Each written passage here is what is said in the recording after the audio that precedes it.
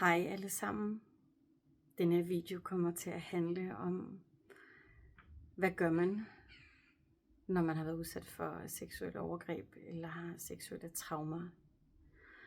I forhold til, hvis man har været i et terapeutisk forløb, og man egentlig er kommet til et punkt, hvor man føler, man er færdig med at tale om det. Man har fundet en form for accept i, at man har været udsat for de her ting. Det kan være incest, det kan være overgreb, enten som barn, ung eller voksen.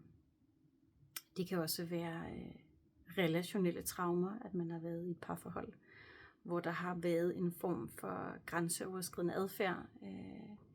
Ikke altid med vilje, men fordi man måske ikke har fået mærket og sat sine grænser. Så traumer og seksuelle overgreb kan være små eller store i forskellige grad. Og jeg har rigtig mange klienter med denne her form for overgreb i sin bagage, og som er nået til et punkt, hvor de er klar til at arbejde med det kropsligt. Fordi når man har været udsat for den her form for traume eller overgreb, så er det jo vigtigt at kunne tale om det. Det er vigtigt at kunne forløse nogle følelser omkring det, men det er også vigtigt at arbejde med det kropsligt. Særligt hvis man enten er i et parforhold eller gerne vil være det, og jo gerne vil have kropslig kontakt, intimitet og seksualitet. Hvis ikke vi bearbejder det og møder det på det kropslige plan, så vil det i min erfaring altid spøge i soveværelset. Det er svært ikke at komme til at mærke sin smerte, sin overgreb, sin modstand, sin væmmelse, lige så snart intimiteten bliver aktiv. Og sidder du enten med den her form for erfaring i din egen krop, så kan du måske genkende det her med, at du egentlig er relativt afklaret med det, du har oplevet, men lige så snart du er sammen med din partner, seksuelt eller kropsligt, så kan der komme modstand, frygt, pligtfølelse, væmmelse osv. Så jeg har kombineret min baggrund som tantrabehandler med traumearbejde og kropsterapi.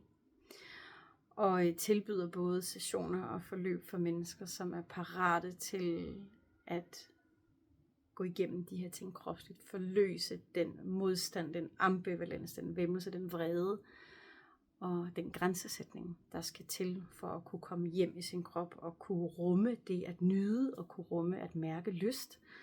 Og især at kunne dele det med et andet menneske. Og det er et ret stort arbejde, det er et ret smukt arbejde, og det er rørende at hjælpe mennesker, der sidder med den her problematik, fordi det er meget ambivalent. Man vil jo gerne mærke nydelse, man vil gerne kunne dele det med et andet menneske, men det kan føles så ubehageligt og så overvældende, og det kan skifte lynhurtigt fra sådan, okay, min krop åbner, jeg har lyst til det her, til der var en lille eller stor grænse, og nu føler jeg væmmelse, og hvad gør jeg med det? Og af frygt for at miste sin partner, frygt for at være besværlig, kan man komme til at bide det her i sig. Og på den måde er man jo med til at overskride sine egne grænser igen og igen. Så hvis du sidder og hører denne her video nu, og tænker, at jeg kan selv genkende det her med ikke at have respekteret mine grænser. Jeg har måske nogle overgreb med i min livserfaring, som jeg er klar til at arbejde med nu. Og jeg vil gerne lære at kunne sige fra. Jeg vil gerne lære at kunne mærke mine kropslige grænser, men også at turde udtrykke dem, uden at føle mig for meget eller besværlig osv. Så er det netop den her sensitivitet og den her sunde grænsesætning, som jeg lærer mine klienter at arbejde med. Du er velkommen til at kommentere den her video, og du er velkommen til at kontakte mig for en uforpligtende gratis samtale, hvis du tænker, at det her det kunne være noget for dig.